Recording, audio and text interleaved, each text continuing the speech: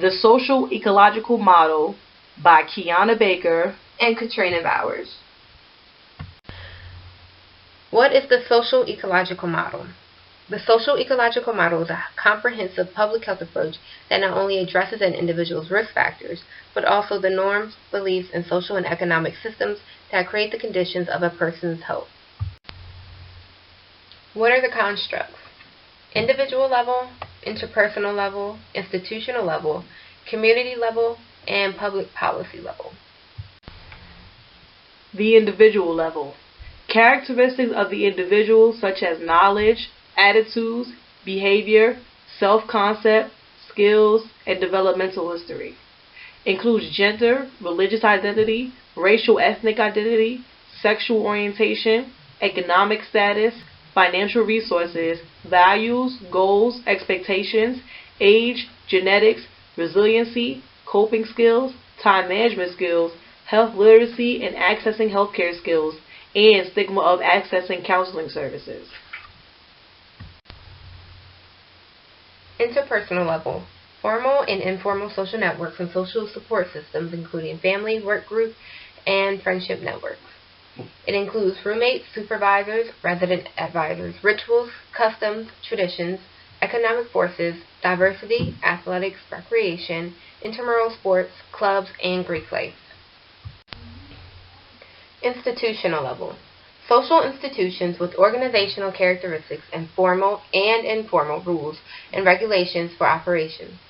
Includes campus climate, tolerance, intolerance, class schedules, financial policies, competitiveness, lighting, unclean environments, distance to classes and buildings, noise, availability of study, and common lounge spaces, air quality, and safety.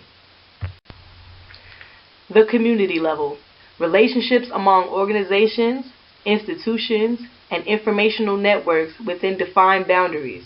It includes location in the community, built environment, neighborhood associations, community leaders, on and off-campus housing, businesses such as bars, fast food restaurants, and farmers markets, commuting, parking transportation, walkability, and parks. The public policy level. Local, state, national, and global laws and policies. It includes policies that allocate resources to establish and maintain a coalition that serves a mediating structure connecting individuals in the larger social environment to create a healthy environment.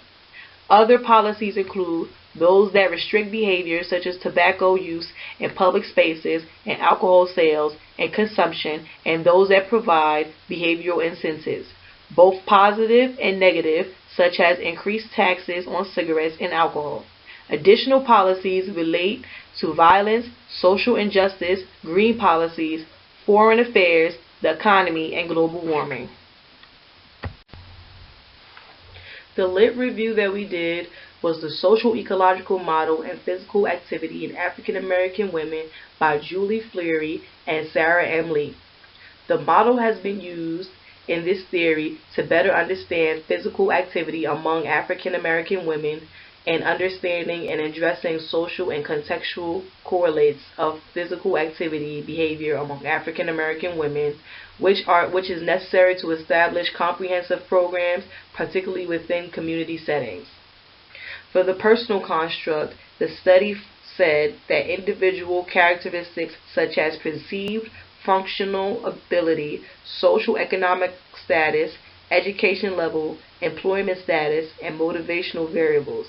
The study also found many of the women had poor functional ability and perceptions of being in poor health, which have been associated with reduced participation in physical activity among African American women in community and clinical settings. For the interpersonal level, it states, among African American women, the support of family and friends has been noted as a significant motivating factor and resource for influencing attitudes toward regular physical activity. The study found that among African American women, those with low perceived social support for physical activity were more likely to be sedentary. Further, those with high levels of support were significantly more likely to accumulate at least 150 minutes of leisure time, physical activity, a week than those with lower levels. This remained true when marital status, age, income, and education were considered. The authors concluded that social support specific to physical activity may provide the initial motivation to increase physical activity levels.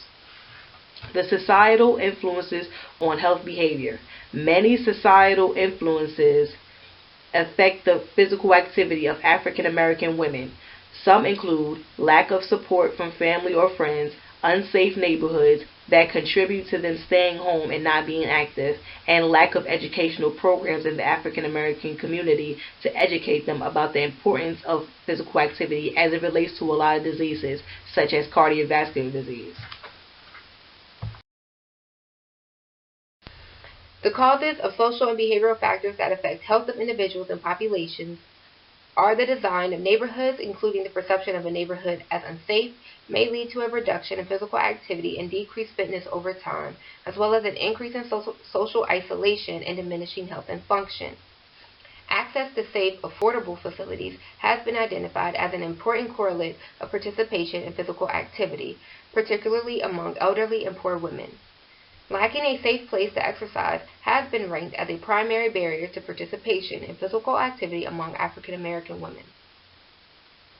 The specific targets for social and behavioral science programs and/or policies, lay health advisors have shown promise. The involvement of lay advisors or natural helpers in the design implementation.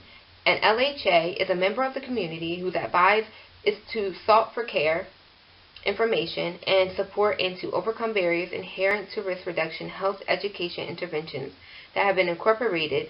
LHA's advisors in minority communities have shown enhancement of social support, social norms, and self-efficacy, and self-management skills consistent with improved health outcomes. Health outcome of research study. The study found that going with the social support portion, that programs like lay health advisors have shown much promise.